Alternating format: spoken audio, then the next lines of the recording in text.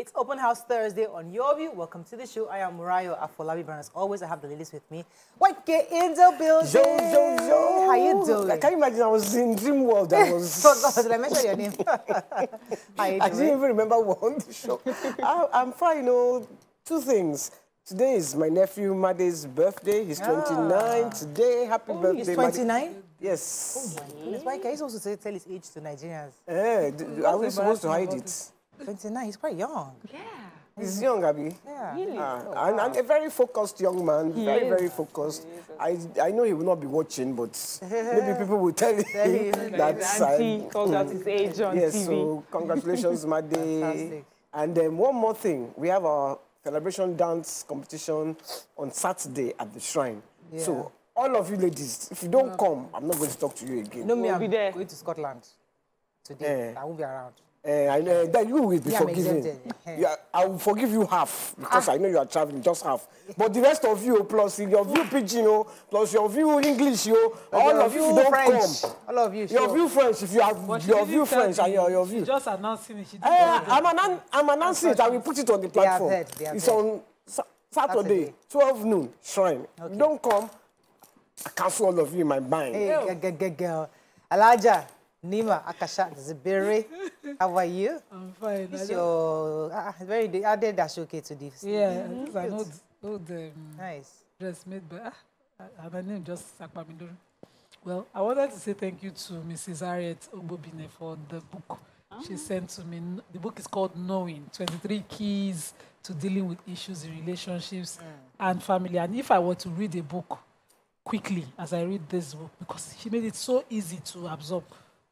Brief issues, examples and how to address issues and how to raise your emotional intelligence, really. It's a book I would recommend to anybody. And well written, well structured. Not be all these stories about people give me coaching books, but this is a perfect book. So I just thought to mention it because I've read it. This is the third time yesterday, and it's one book that I love reading. It's quick.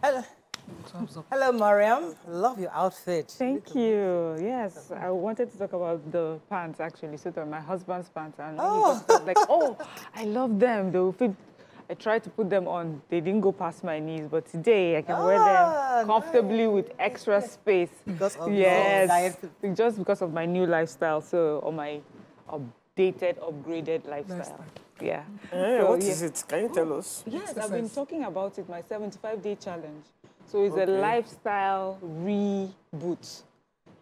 Time that I wake up, do everything. I have a time that I do everything.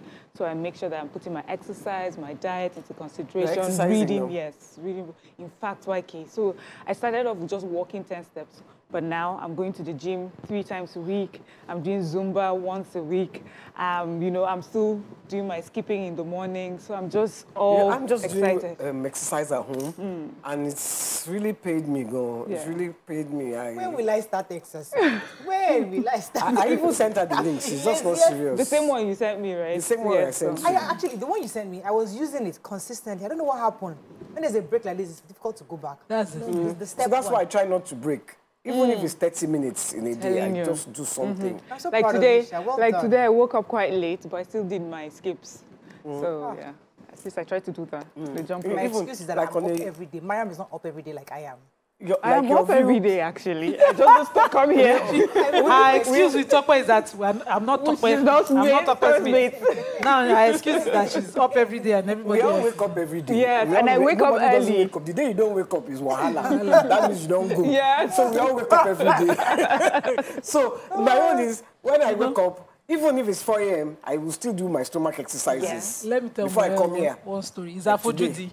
So Miriam had gotten me this hand weights to help me that I used to work out, and I got finished for it, and I can't even remember why I dumped it. So recently, I've been asking, I'm going to get it myself. I'm so sorry. I went to get because I felt I'm adding some weight I need to drop, and the amount I got it is like times 10.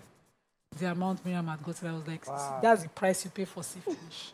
Just shut up your mouth and buy it. And I need additional hand weights. I'm using hand weights as well, Like I'm doing CrossFit. Which one is CrossFit? Is you get to the gym and there are just different exercises you're doing back to back to back to back in a short period of time. It is stressful. I'm like the worst person in that gym right now. but, you know, over time, it just gets stronger. The road is too far. One day we'll start. Anyways, let's go on a short break now. And we come back, we'll look at the front pages of the papers. Stay with us. We'll be right back.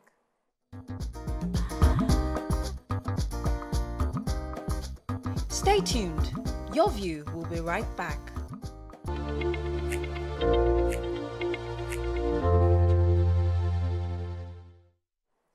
Thanks for staying with us. We are going to start with The Nation. Non-performing ministers face sack in cabinet rejig. Government to probe Bobrisky's dodging of prison claim. Youth Corps members' allowance raised to 77,000 naira. Ladoja and I will realign again, says Makinde. Agency issues fresh flooding alert. Federal government won't dabble into petrol pricing. Kekereakun pledges judicial reforms, tough time for errant judges. And Bello must have his day in court, says EFCC, as ex-governor gets October 30th date. Now, let me start with the major headline. And the reason I'm starting is because yesterday on the show, we had a guest who was a minister. And unfortunately, he came late to the show. And it was like 5 minutes to the end of the show. I said, sir, would you be willing to come back? Let us reschedule. He said, no. I just need 5 minutes. 5 minutes. Now I understand, because everybody's trying to also to keep their jobs, because according to the papers, Bayo Onanuga has said specifically, the presidential spokesperson Bayo Onanuga has said that he has hinted that there is a possible ministerial rejigging by the president. Said the president has expressed his plans to reshuffle his cabinet, and he will do it.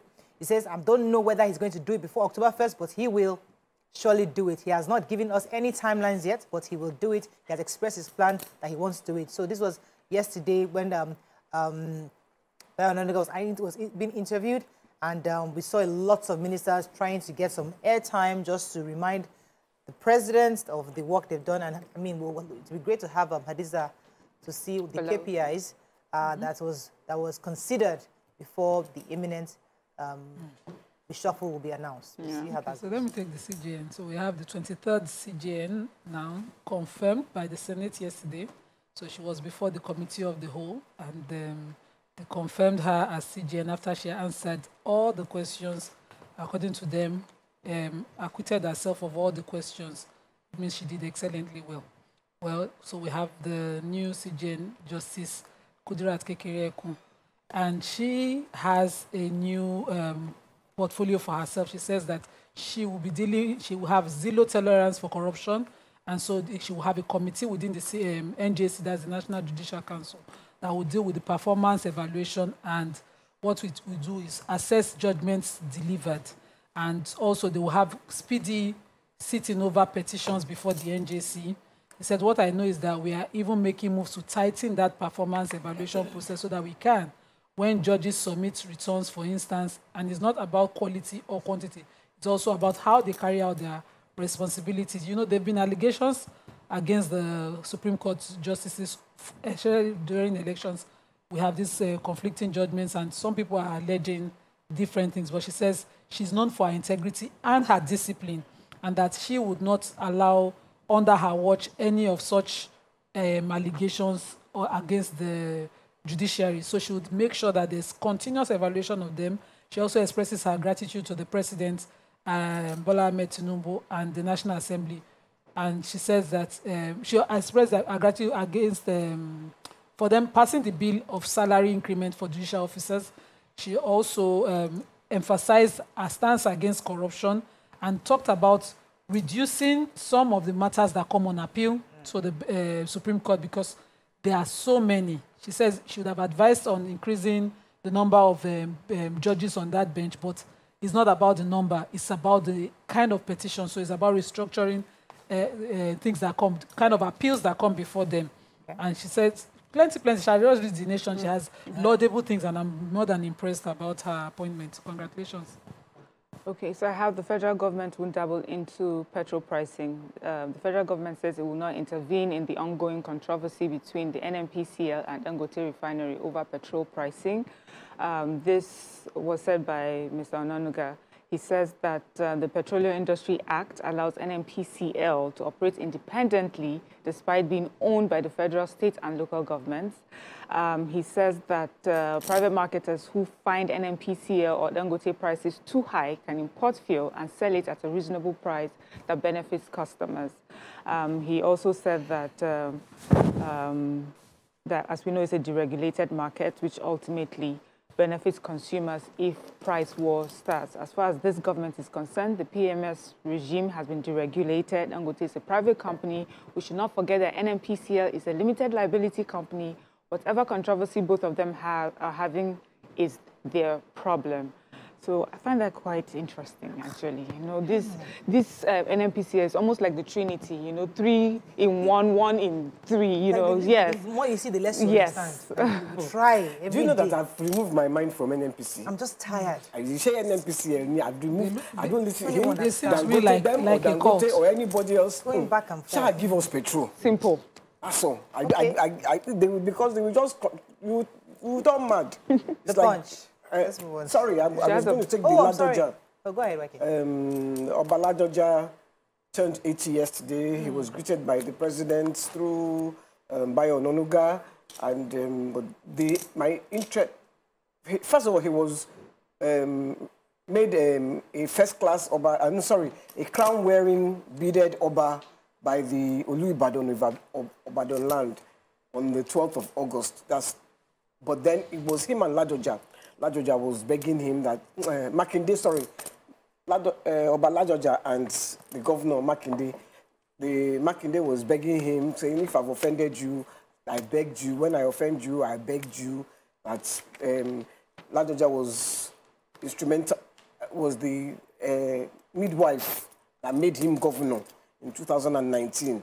And so he cannot forget that, and that they are going to realign and something. So, you know, we are like, I wonder what caused their fight. They fight. It was his kinship now. Long story. We have to appeal to you know the story. We've discussed it it's always been in the past. We've discussed it in the past.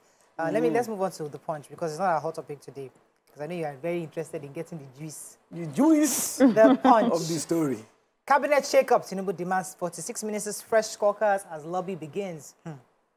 Yahaya Bello EFCC files fresh 110 billion naira fraud charges. Dangote refinery. Marketers plan direct petrol purchase. Okay. FG proposes NIN tax for foreigners. Bobrisky, minister orders alleged bribery probe Falanas plan suit. Edo poll marred by vote buying and delay, says NBA observers. And yes, which story are we starting with? Yahaya Bello. Okay. EFCC have vexed and reduced the charge from 19 to 16, but increased the amount from 80 billion to 110 billion. And in this, there are new fresh charges that, you know, was dated to yesterday, September 25. They added that along with one Umar Oricha and Abdusalami Udu, bought 12 houses in various locations in Abuja with the money. And so he, along with the trial, along with those people, have been asked to prepare their defense. The FCC has brought new charges against him, and they're waiting for him to enter matter. I'm just wondering, is this another diversion? But so those people don't talk, say their money not lost. They say the money not lost. So where EFCC can see the money we lost now? If EFCC see, the less you understand. Can we go on a break?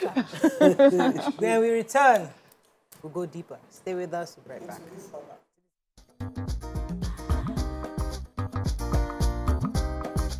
Stay tuned. Your View will be right back.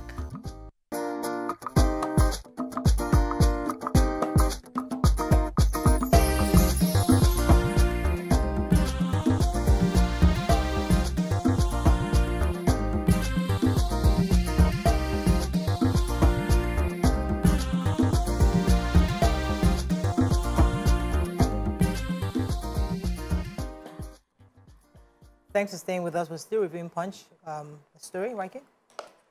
Yes, the Bobrisky story. Okay. I think it's our hot topic today, so I'll just... the Minister of Interior has ordered a probe into the comptroller, the prisons, the correctional center. I think we all know. But I don't want to go into the story because we are. Yeah. So I just wanted to say that the minister. The allegation of. He has not mentioned. He didn't mention the allegation. He just said they should investigate the allegations being allegations, and Falanas is giving a 24-hour ultimatum to the VeryDarkMan. Okay, to retract what he said. Yes. Okay, any other story? Yes, I do. Okay, go ahead. So the Nigerian Bar Association Election Working Group has released a report on the Edo State governorship elections that were just concluded. They said that there were logistical delays, low voter turnout, and instances of attempted vote buying. But they said despite all of these challenges, the conduct of voters and security personnel and the entire election process was generally peaceful. As we know, they are an accredited group by INEC to observe elections, and they were deployed to various polling units. So they said that they were at Bini, Auchi, Gara, Uromi, and Epoma to ensure comprehensive coverage. They also said that,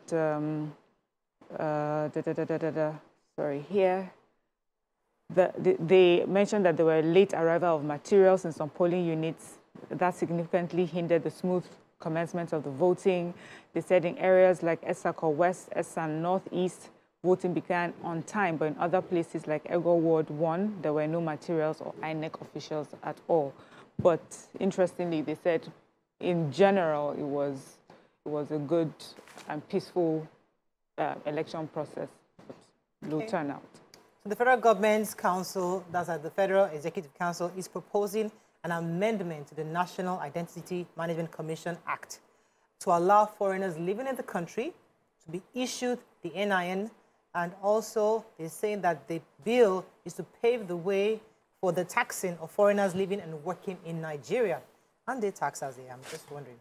The two proposed legislations are aimed at expanding the scope of registerable persons to include foreign individuals with taxable presence or taxable sources of income in Nigeria, and make provisions for the mandatory use of our NIN number, which are relevant for tax administrations and other related matters. So, well, we'll see how that goes.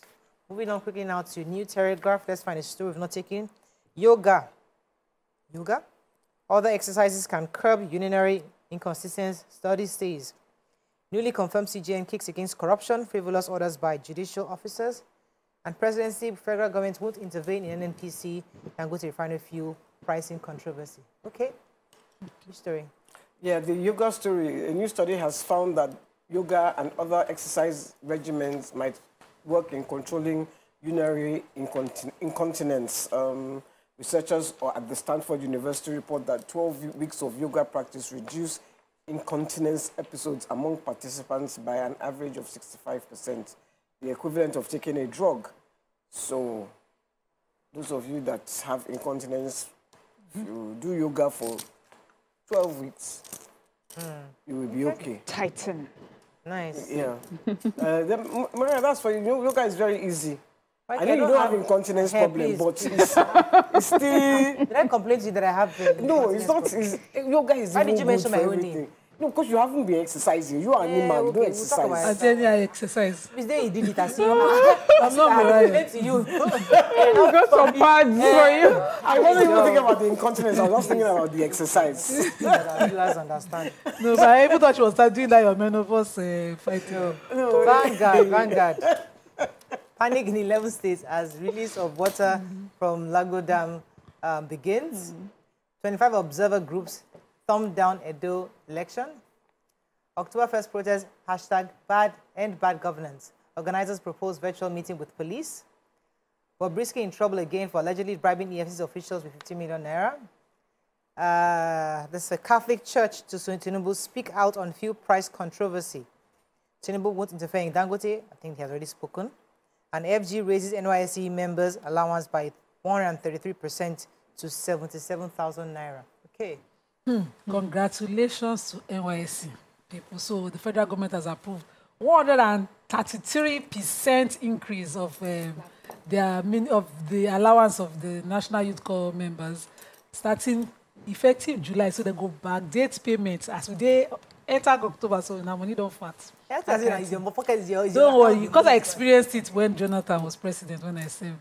He said this was communicated to the through the National Salaries, Incomes and Wages Commission, dated September 25 yesterday, and signed by the chairman, Epoeta. And it will, according to the acting director of Information and Public Relations, NYSC, and the director general, they had advocated a robust welfare package for core members during a visit to the commissioner. So this, of course, would increase the payment that will get to each core member. Congratulations. If you are a core member this season, don't make it. You know what? One thing about core member payments, what I did with mine was gather the money, and I was able to start a business from it. And I was able to compensate my mom. I wanted a gift for my parents from my core member fee alone, because they had increased us to 14,000 under Jonathan when minimum wage went up that year, and I saved a lot of money from it. It's not money that you'll be using to buy iPhone. It's money you save into an investment and start a life. Nice.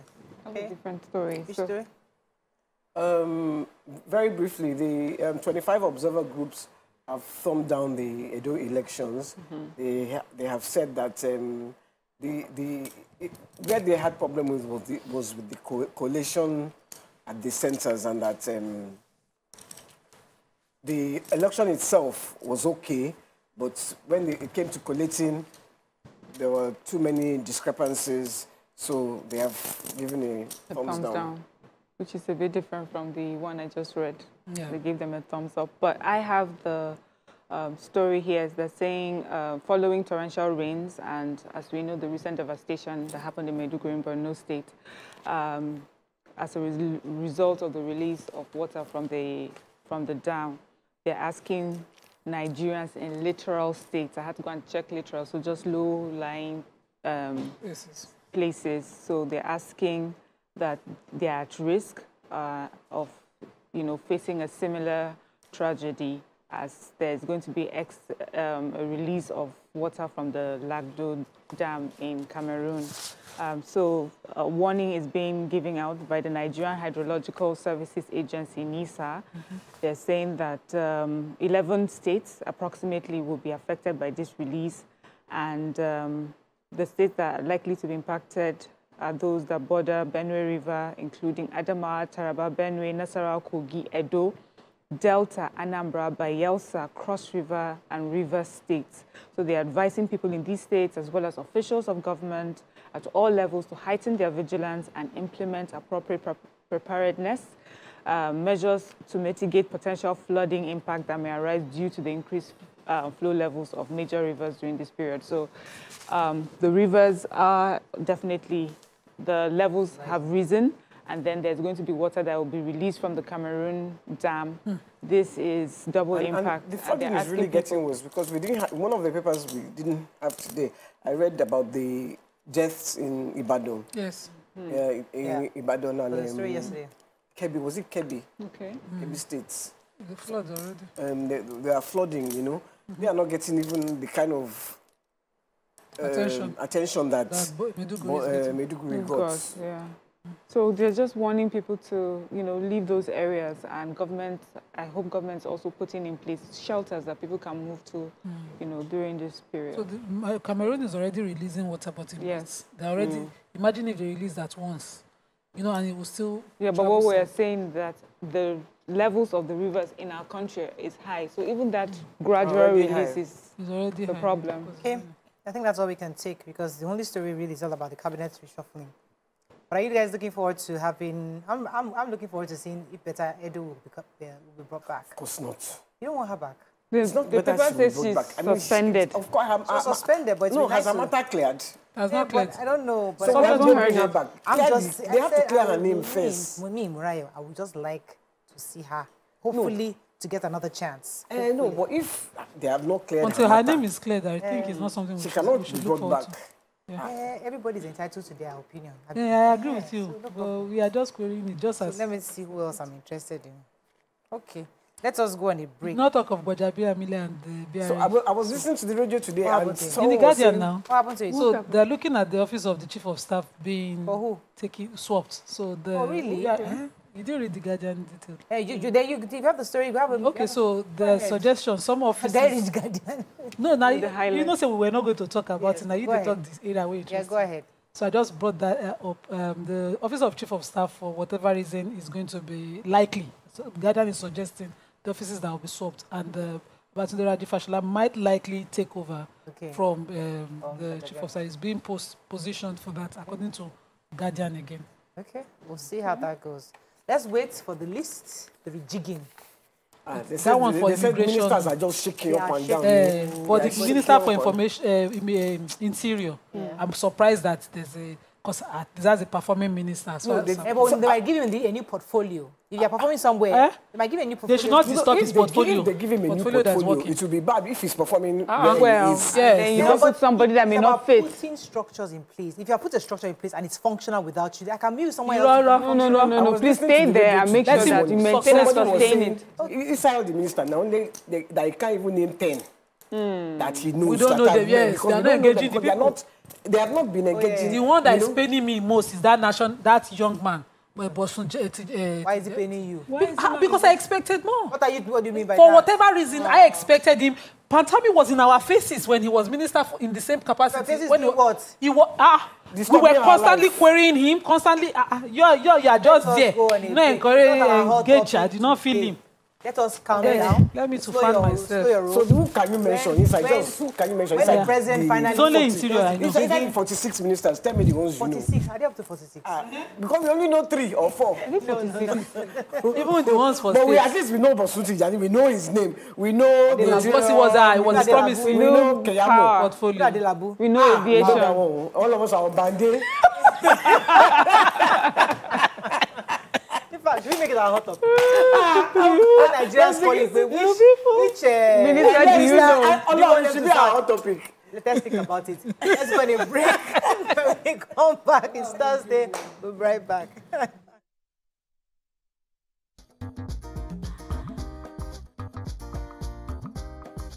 Stay tuned. Your View will be right back.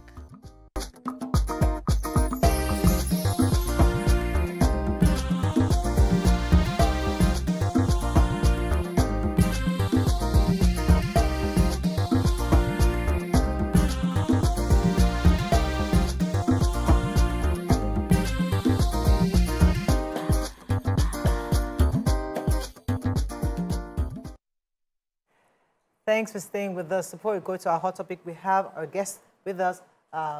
He is Mr. Chibuzor Melah. He's the head partnership Palmpay. Welcome to the show, sir. Thank you very much. My pleasure. We hear Palmpay, our antenna goes up because fintech companies are kind of taking over. You know, so, and I know you're here because you probably want to tell us more about Palmpay. So give us an idea about Palmpay. So Palmpay, we pride ourselves as the fastest growing fintech in Nigeria. And that's evident in the numbers that we've churned out within the last 5 years that we started our operations. So far, we have recorded over 30 million users across our platform. 30 million? Yeah. And then, are rolling and we are home to about 1.1 million businesses now in Nigeria. And I mean, that number keeps growing. By the end of the year, we hope to have crossed over 2 million, where we've empowered businesses to be able to accept payments.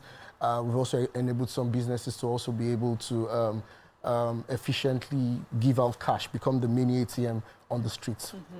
Fantastic. Okay, so tell us about the milestones you have recorded in this wallet and business platforms. Okay, so Palmpay started operations in 2019 when we got our license from the central bank as a licensed mobile money operator. And then in 2020, we officially rolled out our first financial product in the Nigerian market. And then in 2021, we got our first, we raised our first seed funding of over $140 million. We also launched our bills payment within that same year.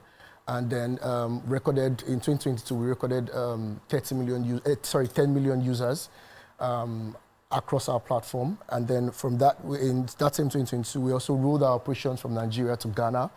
And then in 2023, what we've also done is we launched our savings platform.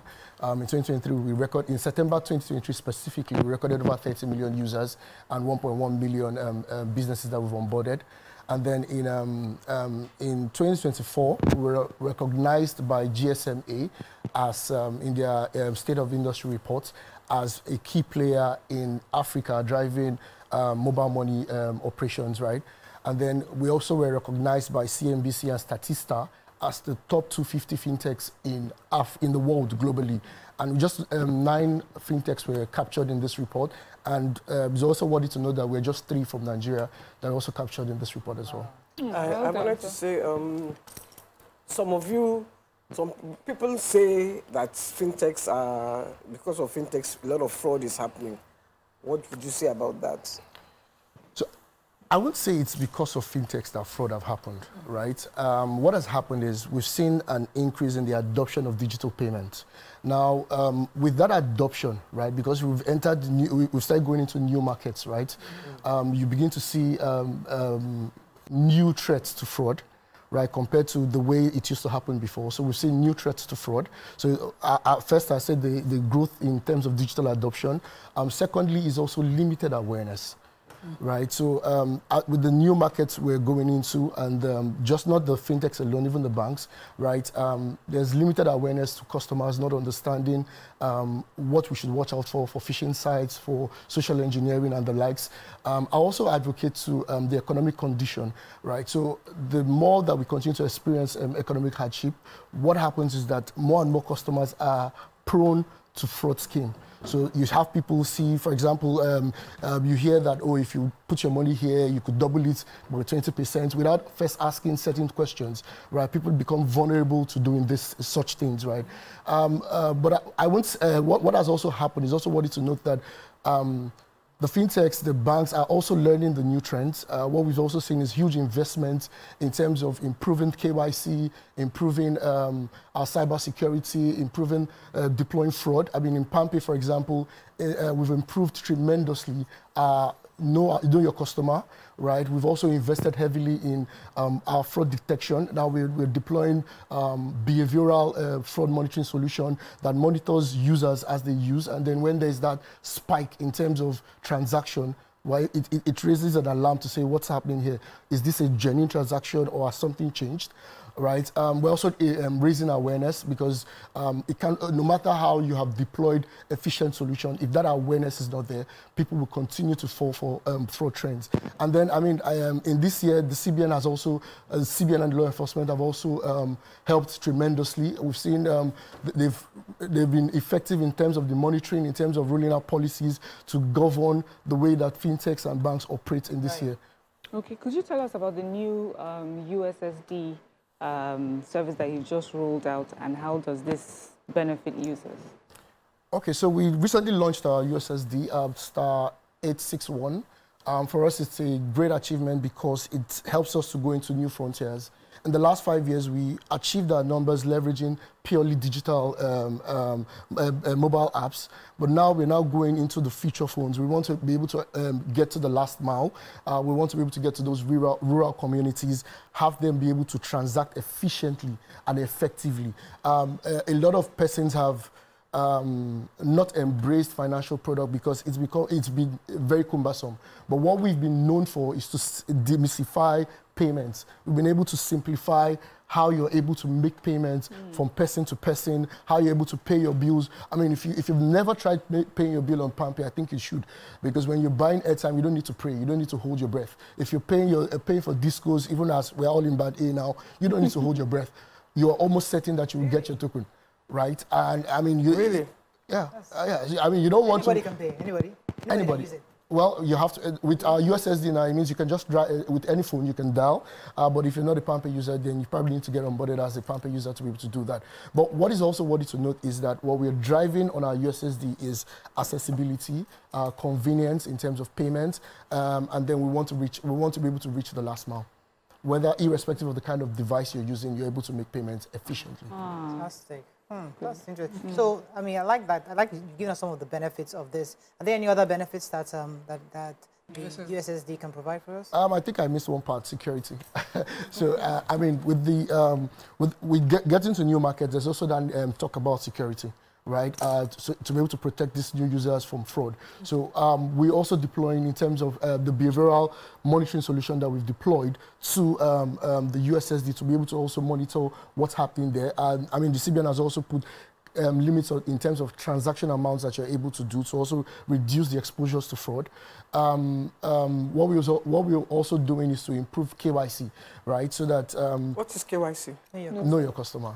So as small as your tier 1, you are able to at least use your NIN. So at least we know one of the major problems is who is that person that perpetrated that fraud. So right now with NIN, you're able to know, okay, this is the owner of this account. So once you're on board with our USSD, we're able to identify you as Chibuzor or as whoever you are using that platform. You also mentioned something briefly. You talked about for all kinds of devices, you're trying to make sure that anyone can use the USSD service.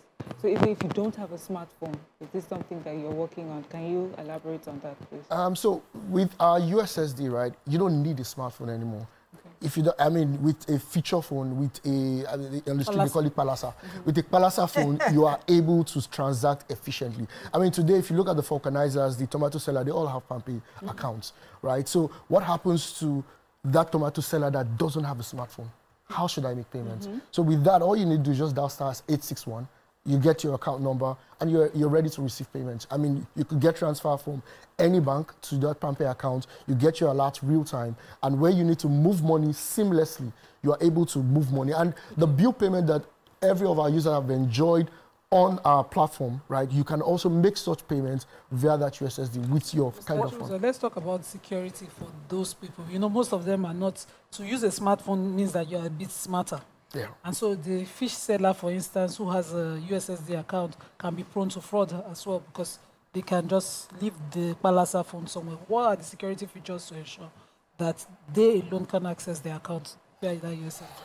Okay, so there's one part, right? I mean, when you dial your USSD, you're expected to create your PIN, right? And so one thing you also know is that Palmpay or no other user will ever call you to ask for that PIN, right? So as much as you secure that PIN, right, your account is secured, your transactions are secured, right? In addition to that, because it's a, it rides on the USSD platform, right? What we've also done is to cap the kind of transactions that you can do. So per transaction, you're not able to do more than 20,000 naira at a time, right? And then there's also limits in terms of the number of transactions you can do in a day. So it also limits the exposure that you can also get from such platform. You know, one of the things that people fear fintechs for is they don't have office. Because I was praising a fintech the other day, and then, they don't have office, so I said, so please enlighten people. This is what the normal banks used to tell us. No, don't follow fintech. They don't have office. We have office. Do you have office? I mean, our office, we have a customer-facing office at number 20 Okwebi. Right, and then we also created offices across the 36 states in Nigeria, where you are able to come there physically to lay complaints. However, on our app alone, right, you don't necessarily even need to come. If you have a chargeback and you want to raise a chargeback, you can do that on our app. The agents that you see are mini branches of Palmpay. So as long as you are branded a Palmpay, you are a mini branch, right? It shouldn't be, I mean, today, the banks have not gone everywhere. It's not about building. I mean, today we are talking about rising costs. We're talking about the cost of paying NEPA bill, the cost of diesel. So as much as possible, we need to reduce that cost. However, be available to the customers. So how do you help arrest, for instance, if a lien had been placed on an account, how do you help arrest the accused, for instance, since you don't have office? No, so I mean, it's in collaboration with the law enforcement. So today, for example, we're also doing address verification, right? So we know our customers, we know where they stay. And where the law enforcement or the court has said, provide this information, we always comply. We have to wrap up with you, but so somebody's listening to you right now, they want to join Palmpay. What's the first step? What do they do? Is there a number they can call? So two ways, right? I mean, you can dial *861#, follow the prompt, and you get a Palmpay account. Alternatively, you can go to iOS or Google Play Store, search for Palmpay, and you download our app. Thank you so much, Mr. Chibuzor. Appreciate it. All right, thank you. That is all we can take on this segment. When we come back, we'll move to our hot topic of the day. Stay with us. We'll be right back.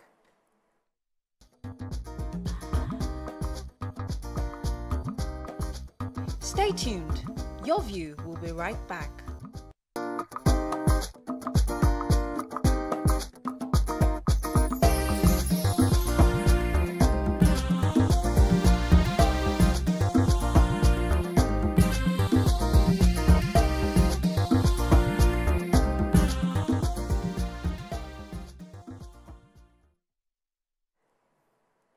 Thanks for staying with us. It's Thursday. We love to discuss family life issues.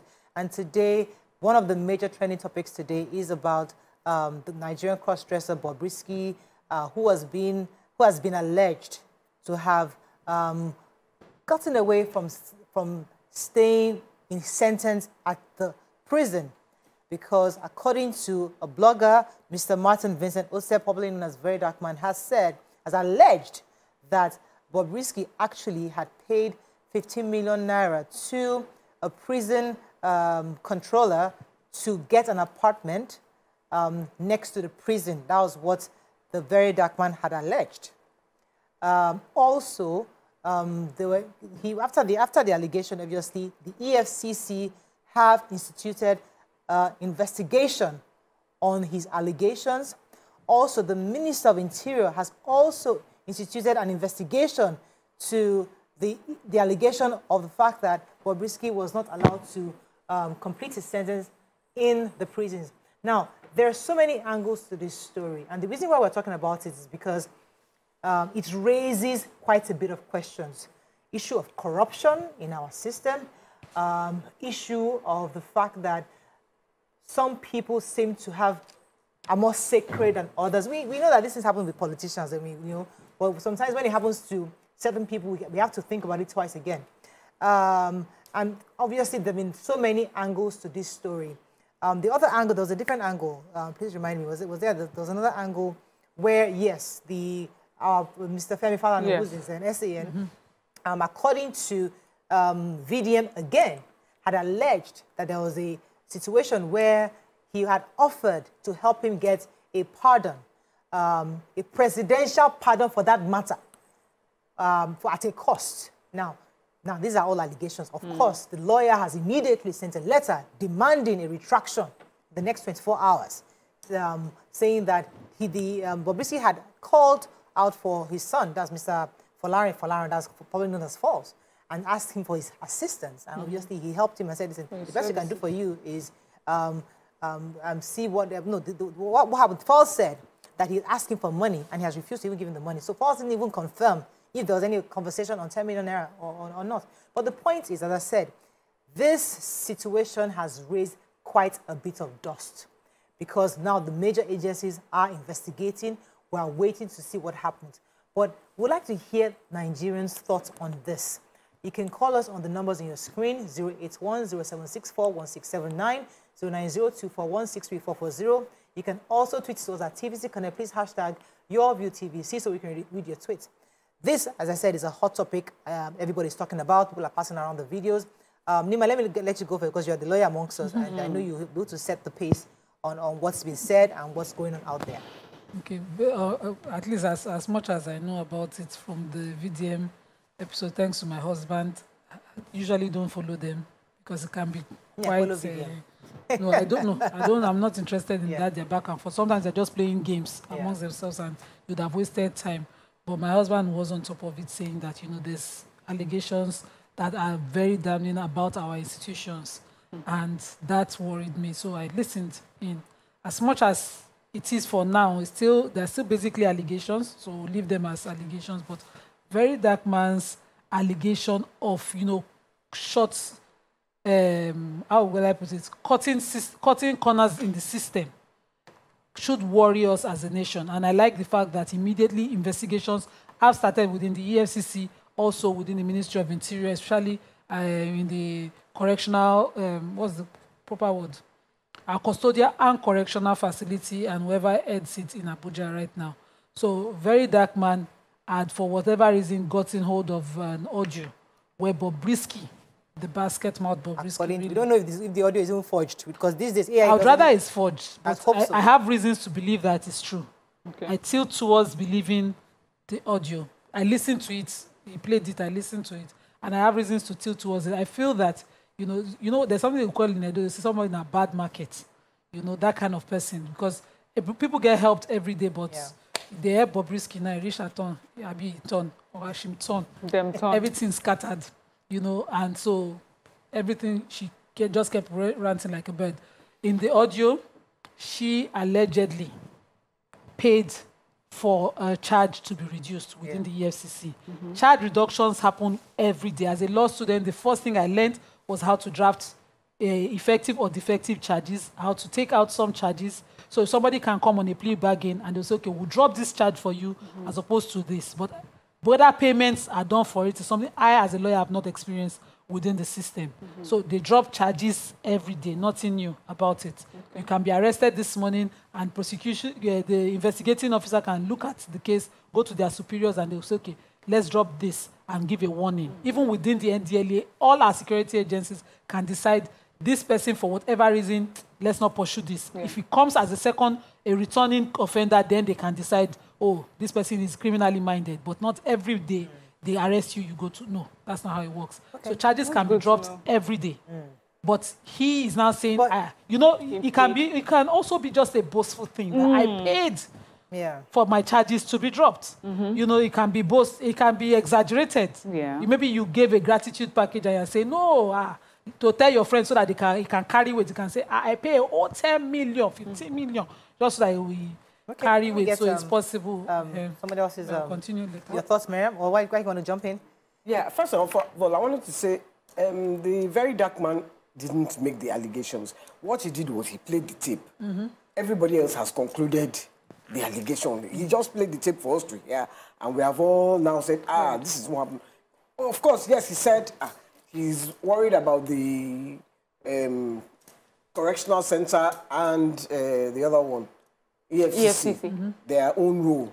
He did say that, but I think, because I listened to the tape yesterday, and it was this tape that he played that made that we all concluded these allegations.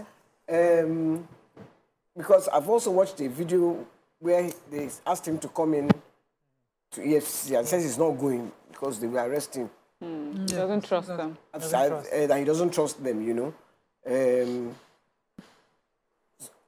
So what people are saying is, should it be him that should be called in, or should it be... But YK, online is not a police... Well, online, what we have to educate Nigerians, online is not a police station. For every situation, you must physically write a statement, officially write to the agency involved. It's not by everybody's video that posts and then that's the agency that's running helter skelter. There's got to be a formal complaint. There's no formal complaint. They can't move. So that means they shouldn't investigate. Well, the agencies have gone ahead to investigate, but there are choices too. But the right thing for Nigerians to do, if you're going to make an allegation, right, you should write a report. So sometimes you publish. Yes.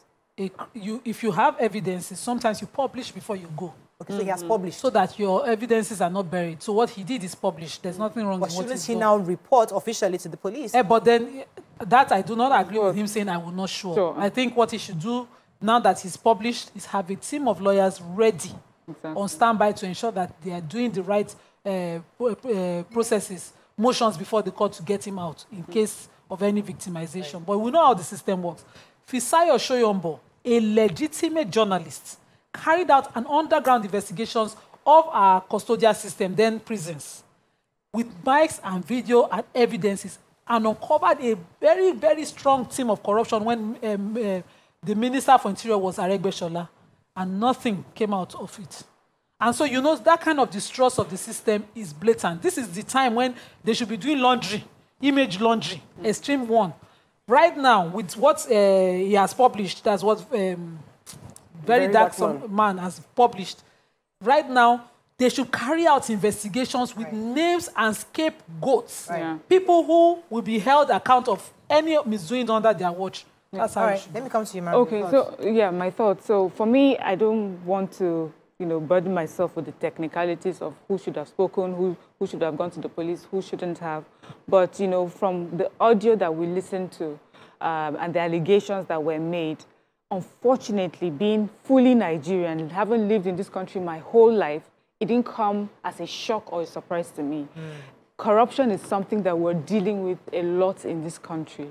The accusations or the allegations against EFCC, shockingly, not shockingly and not surprisingly, this is not the first time I've heard of EFCC officials being involved in some corrupt practices like these. So for me, it's just another incident where a light has been shown on something that probably or allegedly is going on within the EFCC and how they are handling some of these matters. And so for me, I would hope that in this particular case, we're able to properly investigate. And I hope that it's an independent body that investigates this case. And now this is not just about dragging Bobrisky or dragging VDM or anything. It's just about the health of our nation in general. Right. We need to know that the people who have been put in place to protect us, from financial fraud and all sorts of things are actually doing their job. And if there are bad eggs within the EFCC, please, we would like for them to be flushed out. For me, I don't care about the banter and the who is saying something against somebody and who is chasing clout. Right. For me, is that Nigeria, if this is true, Nigeria is in big trouble. Yeah. And what are we going to do to make sure that this doesn't happen again? There are two issues for me. I mean, now the story itself, we've talked about it. But there are two critical things that nobody is talking about that I think is so crucial for us to discuss. First thing is, if indeed what they've alleged EFCC did, the weightiness of a money laundering case. Money laundering in many countries is like is a serious crime. It's not something you push on the counter or you tell somebody I'll drop it. You don't drop money laundering charges like that. Is a huge deal, number one. Number two, a money laundering charge is, in this situation, again, if I'm trying to choose my words very carefully here, because this is, I was going to connect it to what Sheun Kuti had said in his video, or suggest, I'm not sure he even said it, but it was suggested that entertainers, for example, live lifestyles and we admire so much. But the truth is that many of them cannot afford the lifestyle they live. And I'll connect that to the fact that the second issue is that according to this video, to this audio, the person in question, the cross-dresser, was unable to cough out 15 million from his own account. This is somebody that we see the flamboyance, we see the lifestyle, we see the party, we see the maker, and you're thinking, oh my God, this guy has a lot of money. But then he needs 15. And he couldn't say, okay, let me send it to Mariam, send it to Nima pay FCC or whatever. I mean, the point is that the fact that I'm trying to make a point. Yeah. The fact that somebody was unable to have that money shows automatically, first of all, he doesn't have that kind of money. Now, what does that mean?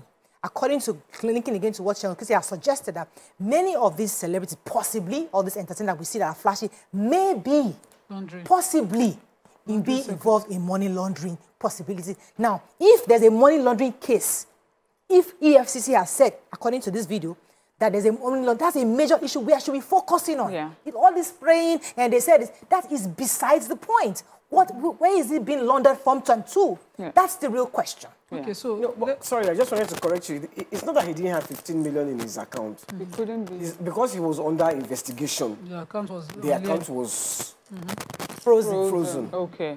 According to that's what I heard. Because according to what I heard, it seemed as if he just didn't have the money. But even then, he didn't pay the 4 million. You know, he had borrowed money and came out. So there are many things we're not even sure, yeah. For this one, I would need to write because that guy is a complex somebody. So number one is that, yes, it might be a money laundering circuit for some businesses, for anybody. The EFCC should have investigated that, but I do not believe. It's not like I have utmost respect for the EFCC right now, but I do not believe that the EFCC will get a lead on such a thing and drop the charges. The possibility why they will drop the charges for me is that, yes, influencing is a new business. It's not law, it's not engineering, it's not medicine. It's not something that we understand how it works. You know, it's just like picking up a fintech person on the road or a tech. My younger brothers in tech are in money that for their age is too much, according to because what they are earning, they constantly churning out apps and making money or selling it that we should not be able to, they cannot explain for their ages. So, but if a policeman were to see them and their account balance and ask them, what do you do? I'm a tech guy. They will arrest them, this Yahoo. That's what it means. So if you arrest somebody like Okuneye, who is an influencer, and yes, maybe he gets paid 5 million, 10 million, and has 100 million in his account, you want to talk to him. But if at the course of investigation, it is clear that these were payments from influencing, and people pay for influencing. Do you understand? So these were payments from influencing. You will be willing to drop such a charge if the lead to a proper money laundering is not tight. Okay. But so the fact, that's a good point. For me, the fact that he paid for that dropping of the charge, he allegedly paid, is something that worries me. You know, because people with criminal intent will say, hey, I'm willing to pay. And that should not be allowed. Except, you know, if you don't have a clear substantive evidence out of the money laundering itself, you willingly drop that charge. You should drop it for nothing. Nothing, exactly. But, you know, I agree with you and you as well. It could mean that there's money laundering happening. It could also mean that he was able to explain where, you know, he's been getting his funds for. But I also know of Nigerians who are intimidated usually, you know, places like this to drop money. So even though maybe there's a clear case showing that there's no money laundering, but you're intimidated and they're saying, well, there's nothing we can do. We've seen it so many times in small cases, like you are driving through a particular road that a sign hasn't been put, and then to let you go, they say, okay, bring something. You know you're not wrong, but you know that the way to live is, you know, I drop something. So all these are just different scenarios that could have happened. And I guess with investigation, we will find out. But is there money laundering happening among people who we see living a very big lifestyle? And somehow, you know, when you dig just a little bit beyond the surface, you just can't find anything that shows that this is how they're earning their money. We have quite a number of people like that. And it became such a thing that, you know, we used to call it small girl with big God sort of thing. Or if you try to raise your voice or ask questions, they say you're jealous. You know, many times we've seen not just for me, unexplainable. It's what I want us as Nigerians to focus on, because a lot of young people are drawn in by a lot of opulence we see on social media. And Nima is right. Many of them could actually have that money because people are paying millions for influencing. But the truth is that if the money they are earning and is it proportionate to the lifestyle they are living, the houses they are buying, the cars they are driving in. So you have to look at it very well, because it's a make-believe business for influencing. For someone like Okune, even the birthday cake, or they will put the halls, everything. It's a make-believe. If it's this cup, I want to highlight it, it will look like a tank. As an influencer, I'll make it look like a tank. It must give you pepper them. So that's where he gets in trouble. That's where he is forced. Imagine him being remanded in a male custodial center instead of the female one. But he's in the business of telling people, I'm a female, I mean, you know, make believe. Lie it, fake it, you make it kind of something. Never make it, just faking it. But never make it, continue faking it. So that's the business of make believe. My question again is, if after investigation, is it possible that the controller would tell us that he actually stayed in the prison, going by how he looked when he got out of prison? Because everybody spoke about how he looked. He was looking like somebody that went to see that one. Let me even start from where I believe that story from. So when he went to court, he went with a traveling bag. The picture of that traveling bag, I will find it and send it to the group. As in 3-step traveling bag with the small tooth bag, like he was at the airport. And he came to court like that. Was he going to be bathing and changing clothes? Because I do prisons visit a lot. Was he going to be bathing and changing clothes and rubbing cream in the prison? Because that one confused me. So when this video came out yesterday, I was like, makes sense. It's like I know. It's like I knew from time. Because we all saw how he went in a privileged way. I just felt that one. Then when he came out so fat. He did not involve in any of those prison activities. When you go to prison, for these people to even get a bit of rest, they have to go to the churches and the mosque. And sometimes to get food, they have to join the religious interventions that come weekends. So it's a tough place to be. It's not one place that somebody goes and the head is bigger than the body when he comes outside.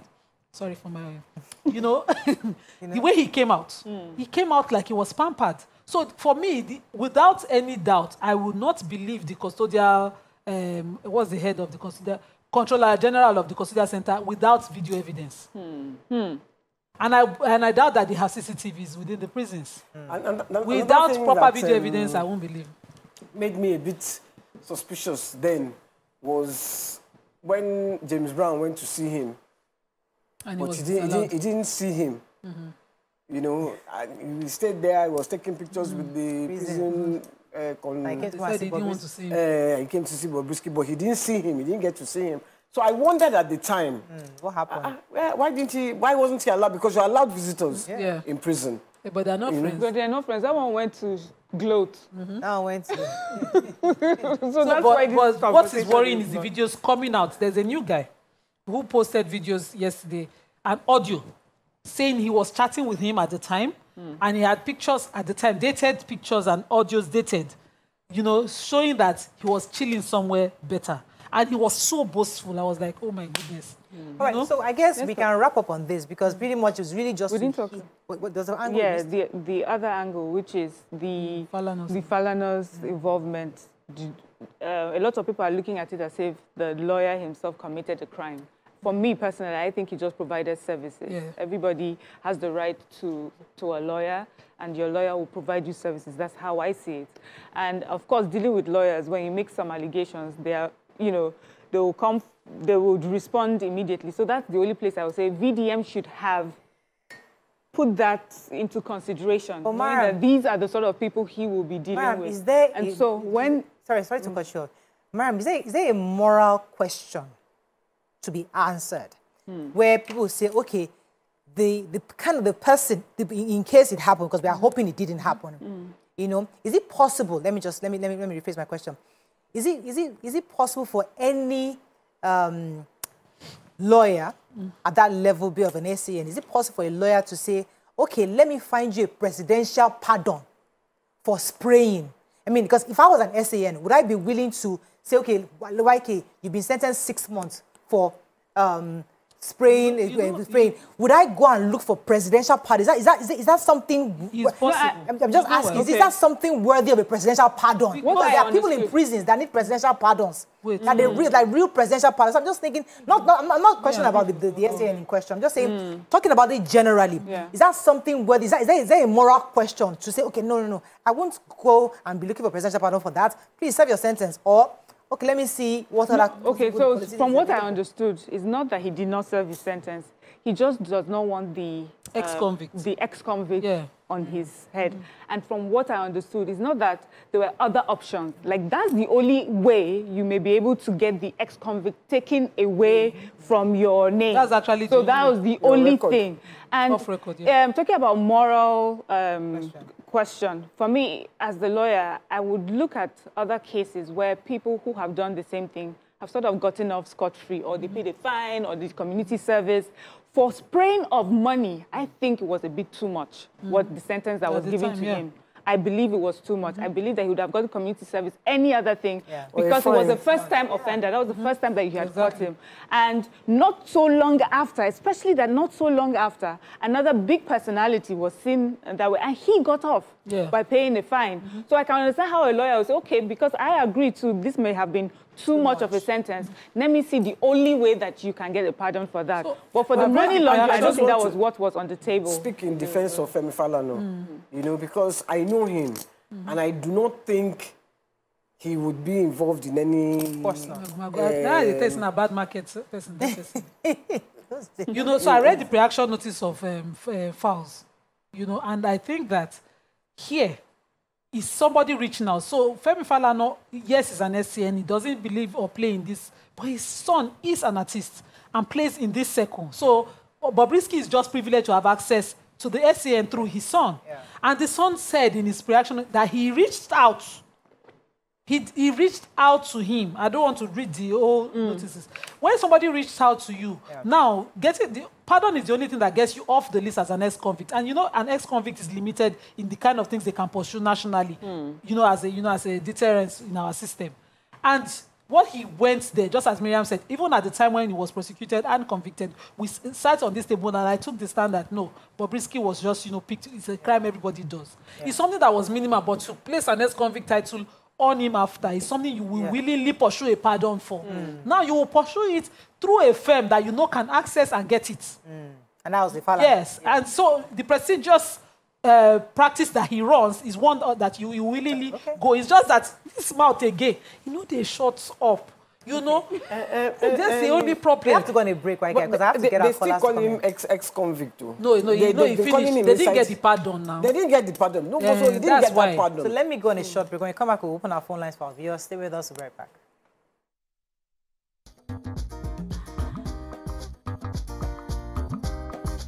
Stay tuned. Your View will be right back.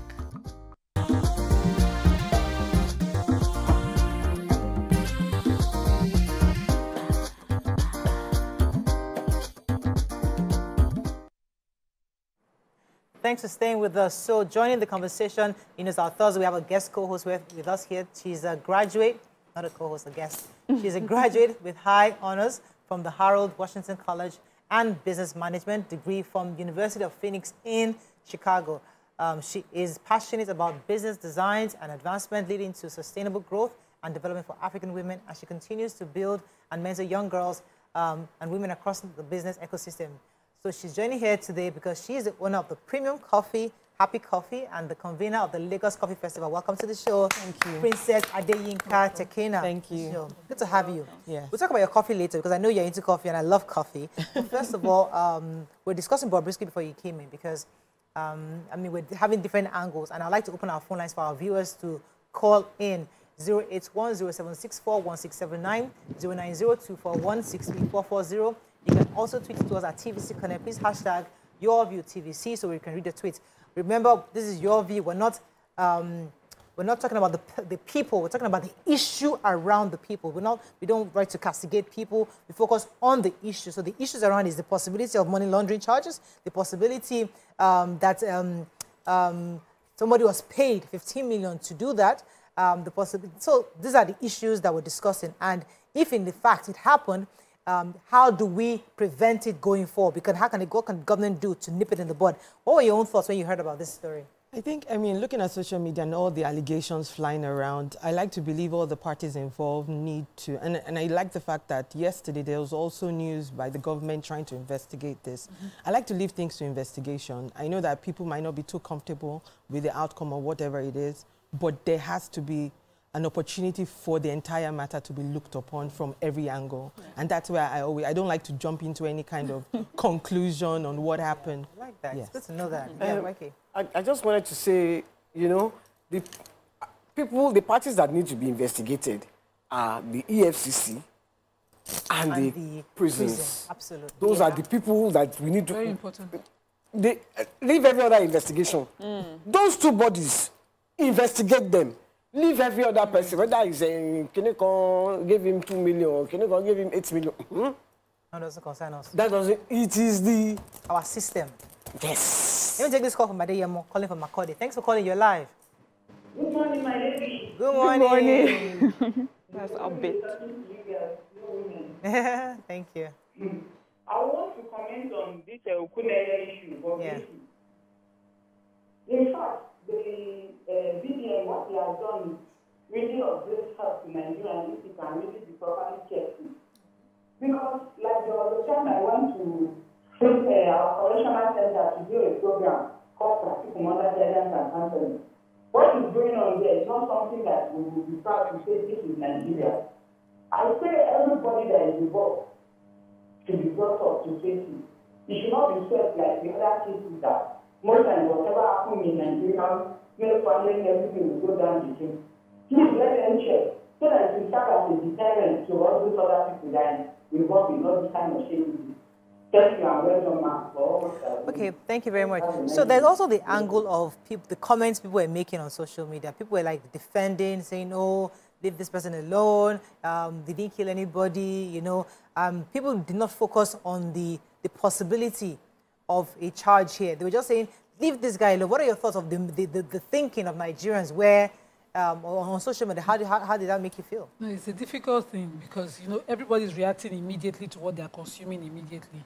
At the time when Bobrisky was convicted, the other guy, Cubana guy, was not convicted of the same money, spray money, something. And so Nigerians took a stand of pity for him and all of that. But seeing how he's comported himself post events is something that we confuse some people. So some will be like, just leave the guy. You know, he really didn't do anything. And some will be, they are reacting immediately to it. But what I would like Nigerians to do is keep an open mind post the investigations. For me, whether or not we like it, some officers within the EFCC and within the custodial center must be brought to book on this for being involved for anything. If you find any transfer, any sort of money linked to them, somebody must be brought to book for Nigerians to believe and accept what is happening in investigations. But can we also keep an open mind post-investigation such that we would leave people to be, because I see the Falanas being dragged, the entire record, years of excellence and records being dragged in. Now, lawyers engage every time, and fees for lawyers can vary. You cannot bring an SCN on your matter and expect them to be charging what Nima is charging. No, if it's 10 million he's charging, that's what it's worth. You know, but Nigerians now, the way VDM has played it, is like, oh, why would the Falanas, why would the SCN have asked for money to prepare an application for pardon? But they haven't, they've not even responded to that, because the truth is that that may not have happened in the first place. Even if it was, it never happened. Even if it had happened, if they have their papers, are you going to query what they have charged? Because one person is making it seem like, oh, I spent a lot of money. You know, because what the Okuneye guy is just doing is letting people know I spent a lot. That's what he's just busy doing. We have to remember, he's not letting people know. It was a private phone call. The person, it's people that he's telling. that he was talking to. That is another angle, YK. Why would somebody release a private conversation and even press record? Why would you even record a private conversation between you and somebody? Isn't that unfair? Isn't that blackmail? That's blackmail. That in itself is wickedness. It might not be, because what's his name? Okuneye is owing him money, and he has asked him to pay, and then he flipped the script. According to what I heard from the audio, according to what VDM alleged, he flipped the script. Evidence of those chats were placed on that video as well, where somebody is saying, "I've given you 4 million. Give me my money back. I need it right now. You told me when you get out, give me the money." You now, when you were supposedly in prison, claims that you couldn't access your money, so you needed money, and you were now giving money, and post it. You have come out where you're supposed to be able to access your bank accounts now. Instead of saying, "I still can't access my bank account for any litigation reason or legal." Wait now. You then insist that you are not owing money, and then you flip the script and said, "and brought like a stain of gayism." Of homosexual on that person, where you are now blackmailing the person and saying, when you touch me, when you diss me, when you that me, did you pay? Did you ask? You know, so that such a thing would force a person. It could have a defense. So really, when you communicate or interact with people that lack integrity, all these sort of things happen. So first of all, this is someone that had recorded the call, obviously never trusting the person he was having a conversation with. And the fact that Mr. Idris is also trying to, slip away from paying back his debt shows you too he's the man that lacks integrity. So these people know themselves, they know their weaknesses, and so they lay traps for each other, so that in cases where they will have to protect or defend themselves, there's evidence. Now, I know you said that it is unfair to record, and I agree. I always feel that you cannot be my friend and tell me you have secretly recorded my call. But the truth is that many criminal activities are so much hidden that these sometimes are the only ways that we can find, the truth about things. We would never have known or even discussed whether Mr. Idris was in prison or never in prison, or if he was just chilling in an apartment beside the prison. We would never have known. But now he's out. And for me, even though the process of getting the information may have been wrong, the bigger picture, the bigger issue here is the state of our custodial services and our EFCC, and digging out and investigating those bad eggs, and, let's deal with that. I'm going to wrap up on this because I'd like us to move on. But do you want to say anything, or you? No, I think you've said everything. I just wanted to say one more thing. I just wanted to say, you see, where it's just the injustice of everything that is what I don't like. I don't like the fact that this person was jailed for 6 months. 6 months for spraying money. Many people have come after that and sprayed money. Nothing has happened to them. So, someone that was charged was freed. And till today, I was speaking to a TVC correspondent. He said he goes to parties, they are still spraying till tomorrow. So was it a witch hunt? See, those are the issues. That's my own. That's where I find it unfair, and I really hate this matter. I really hate that this matter is. I mean, we have to wrap up on this, but I think really, I think as our guest has said, let's wait for the investigations to be concluded and then know what happened. But as it has raised quite a bit of dust, all the newspapers are carrying the story, all the ministers have responded. We have EFCC boss also has responded, and they've ordered an investigation. So we hope to see some kind of a response, a thorough investigation done to be sure, especially regardless of what happens. What's at the heart of this matter is that two of our key systems, the EFCC, who's supposed to fight financial crimes, and the prisons, supposed to keep criminals away, may have been compromised. Yeah. Let's go on a short break now. We'll come back with our guests. Stay with us. We'll be right back.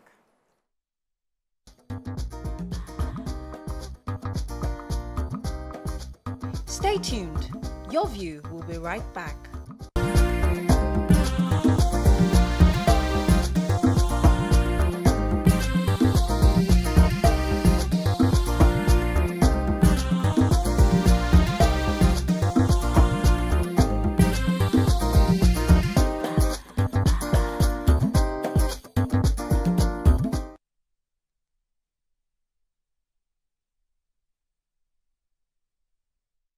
Thanks for staying with us. So we have with us, as you know, Princess Adeyinka Tekina. Now, the reason why we brought her here, because of one of my favorite beverages in the world, coffee. Oh, I love coffee. And we know you're the queen of coffee. Yeah. So tell us about coffee industry in Nigeria generally, because I know you have quite a bit of it. We'll talk about it later. Talk about coffee industry in Nigeria. I always like to start with like a very quick facts. And a lot of people don't know that 22 states in Nigeria grow coffee. 95% of more of what we drink in coffee is imported into our borders. And what that means is most of the coffee that is grown in Nigeria goes to waste every year. Oh wow. Yes. So that's first thing out. If you can check the customs report, we drink majorly imported coffee. And so when I got into the industry in 2015, I mean, I came thinking, oh, I'll just start a brand. But by the time I got in, I realized that there was no active value chain, meaning that farmers didn't have access to market. Lagos, as a matter of fact, can't grow coffee as well because there are two major species of coffee in the world, which is Robusta and Arabica, and we're blessed with both. So Obudu, Jos, and Taraba, where this coffee comes from, grows Arabica coffee, and Robusta grows in Kogi, Southwest, all those states. But imagine that everything that we drink in coffee is imported. Wow. I mean, let me let you guys jump in here. Okay, so I'm surprised that you mentioned this, and I'm worried about, you know, how people are not tapping in. So we can't leave everything to government. Yes. How, you know, involved are Nigerians in intervening in this deficit that we have? I think for me, having been in the industry for 10 years, what I see is a lot of times Nigerian consumers are not super educated in making decisive decisions based on knowledge. So that means I go into a supermarket, I see coffee, I pick it, I'm okay. And because I also look at it in the eyes of the value chain. Everybody is involved. It's not just the consumer.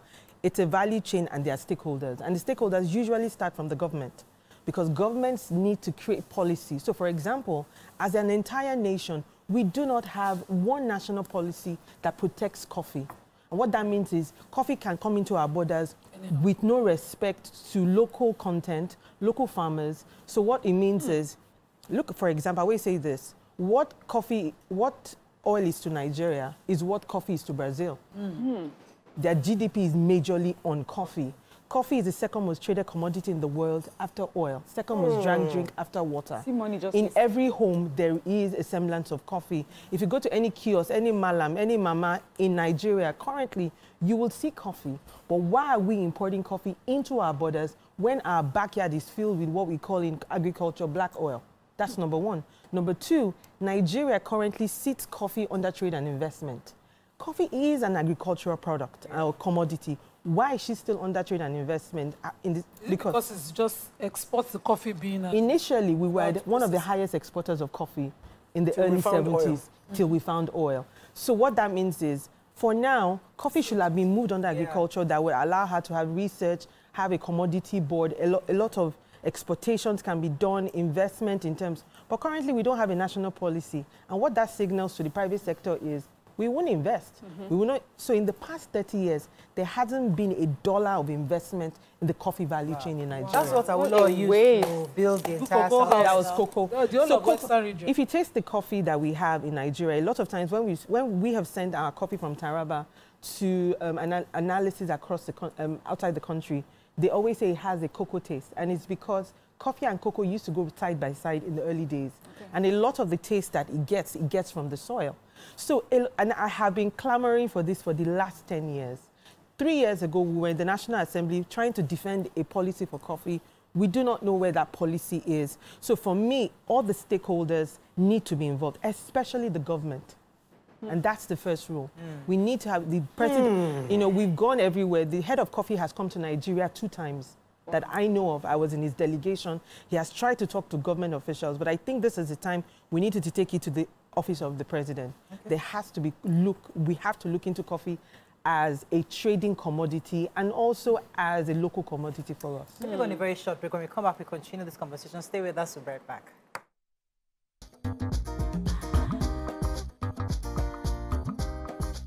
Stay tuned. Your View will be right back.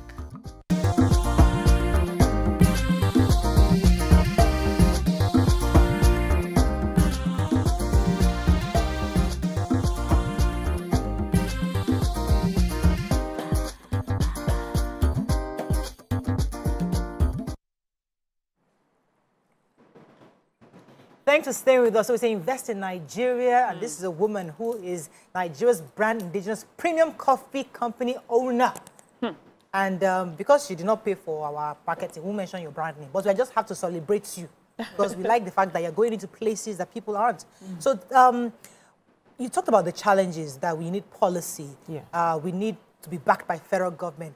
What are some of the benefits of this industry? I mean, is it profitable for people to get involved in? I mean, how do we see the opportunities for people to get involved? I like to say that when I joined the industry, let me start with myself and why this is important to me. I lost my dad when I was 16. When I was 21, I found my way to America. No daddy, no mommy. It took me 12 years to get my first degree. Wow. And after I struggled through that educational time in my life, I took a one-way ticket back to Nigeria. I just graduated from college in June, paid my way through school. I took a one-way ticket back to Nigeria. And anybody who knows me knows I'm very pro-Nigeria. From when I was knee-high, I've always told people that I believe in the future of this country. So when I finished, I took a one-way ticket back to Nigeria. And I've lived in Nigeria since 2009 when I came back. And it's because I believe that there is so much growth that can happen if some of us put our quota in. So when I joined this industry, you know, obviously I drank coffee in America as a student. It was beautiful, you know. But I also, in my research, when I was in school, I found out that Nigeria was growing coffee. So why is Nigeria not on the coffee global map? There's a global map. When you think Africa, when you think coffee, you think Kenya. You think Ethiopia, oh, Nigeria was, oh, I went to Ethiopia, I bought coffee. So when I found out that Nigeria was growing coffee and we were not promoting ours, it only made sense to me that we needed to do something about that value chain. And I started in 2015. I got funding, a 1 million naira funding from a foundation. I also won't mention their name. And this foundation was empowering young Africans who had ideas that could transform the continent. Wow. So for me, I am a living testimony to what coffee can do. Wow. It took me from zero to wherever I am today. Today, I'm the national president for Women in Coffee. I've represented the continent, Nigeria, even on global platforms when it comes to coffee. I speak on the promotion and development of this value chain because, I mean, like the young woman who made you coffee this morning, we have created employment for young Nigerians. The opportunities we have a program for women called The Better Woman, where we're empowering low-income women to have their own mini coffee spaces. We train people to be in that value chain, and we promote it. Like I said, coffee is the second most traded commodity in the world after oil. So why shouldn't Nigeria be in that place, creating more employment? Yes, and creating employment for us and creating revenue for Nigeria. Yeah. This is the coffee I'm drinking. I'm not a coffee drinker, but I know that this is delicious. Yeah. Thank you. This is actually delicious. And you know, when you were talking, I thought I was going to be falling asleep, but I'm not. You know, I'm very interested because these are the kind of things we are talking about. These are the kind of things that we are not doing in our country, promoting this kind of thing. My partner loves coffee. He drinks coffee every morning. Now I know. I will never buy his coffee from abroad again. I will buy coffee from here. Thank you, Ma. It's true. Thank you. Exactly. So for me, it's delicious. It smells heavenly.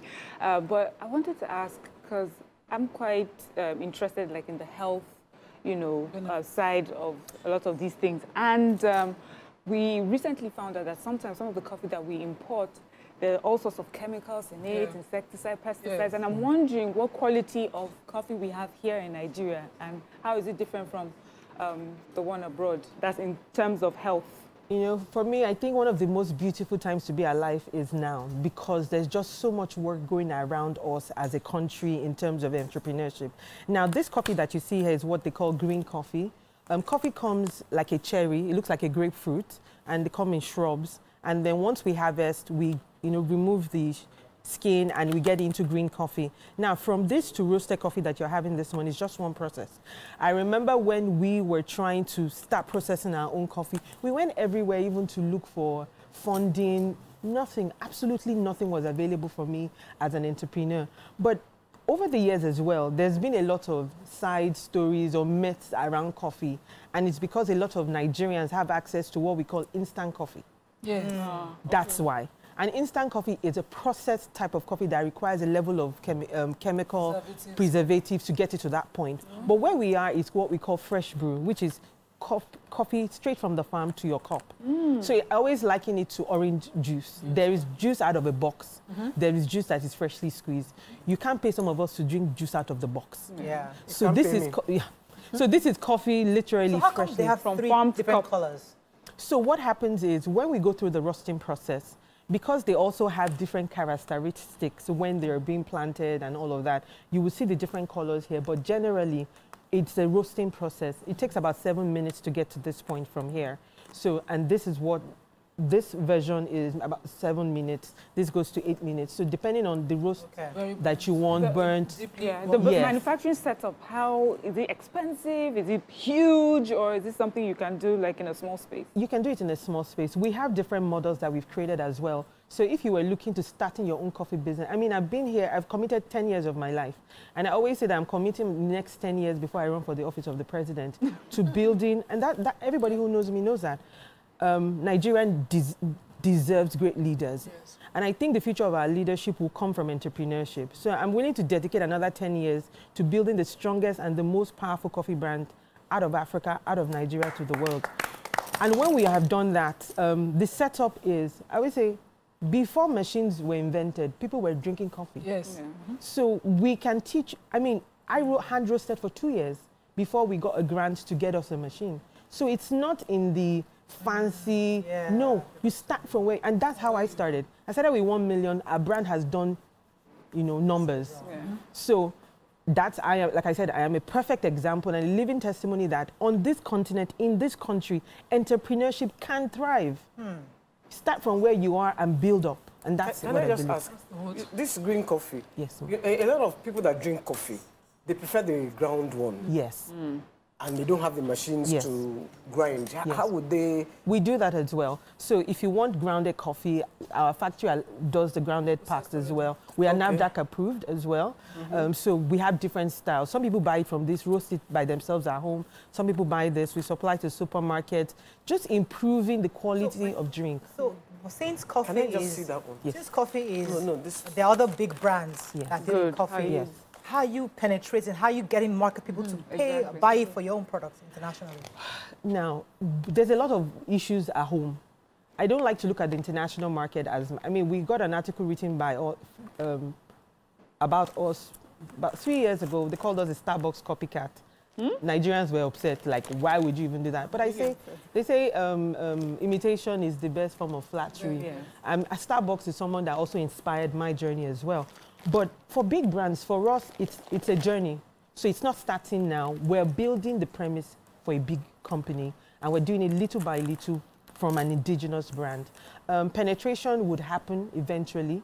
Like I said, these are our 10th year. Some of these brands have been around for 50 years, 60 years. So we're on a journey, and eventually we'll get to market. But like I said, there has to be policy. But for me, there has to be policy that protects local content and local coffee, and hopefully the government will put that in place very soon. Yeah. And then hopefully that will also give us the opportunity to compete with other global brands as well. How about local competitors? Yes. How many of you are in Nigeria, and are you collaborating more than competing, or how does that work? Thank you. That's so important. People know me. I collaborate with any coffee brand that you know.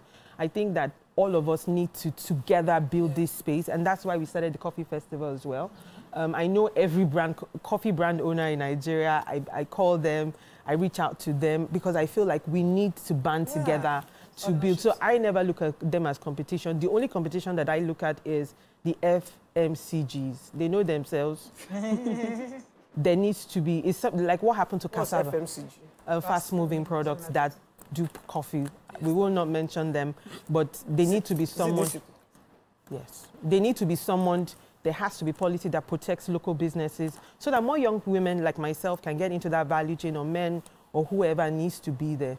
That's Mention the minister as in charge of the matter. Yeah, that needs to. Because their KPI is right now. They're about to fired. So let them call we need to talk call out the minister Lagbaja. So we need to talk to Minister Doris. She's the one in charge of coffee right now, which is trade and investment. But coffee needs to also be moved Minister under. Doris, what's her surname? That yes. Trade and investment wasn't on the guidance. Yes. It's a tongue twister. Yes. That's why we just stick to. We need to also get into a Greek. The presidency needs to look at what happened to the policy that was. I have that policy. I even amended it, but we need the government. We need the presidency at this point to look at it. Also, Nigeria needs to go back on the African platform as well. I've been representing the country for 4 years, and we haven't had any government representation. So we need Nigeria to come on board to begin to clamor for the growth of coffee in Nigeria. Yes. Minister Doris Uzoka Anite. Yes. Uzoka Anite. That's her name. Okay, so that's fantastic. I'm really happy that. No, it's not my boss, so she can quickly run and meet you. Her name is so Doris. she has KPI. Yes. To give the president that I want to start investing in coffee. Beyond just achieving something in our office, let her achieve something that outlives her. Let's get coffee back on the international market. A lot of things we have in this country. That's one of the reasons I'm totally engaged in this conversation. Me too now. We are killing local for everything foreign that is fast food. My mother-in-law has hectares. She was from the family father. She was from a royal family. And what she got, I think 1 or 2 hectares of land. Coffee. And she just abandoned it and just... because she cannot find what she cannot sell now. Yes. You know, there's a culture with coffee, which is... We have to wrap up. The time has gone. Yes. No, there are many things, though. I saw some rice from one village. We're really excited and happy. We are really excited and hosting. Happy that you came on the show. Thank you. And we thank you and we wish you the best in your business. And it's good to celebrate women. When is the festival? It's in December. It's in December. The first one is when you come around that time, you can come back again. We'll talk about it. Absolutely. It is just to give some awareness to that industry. Well done. Thank you. That is all we can take Thank you.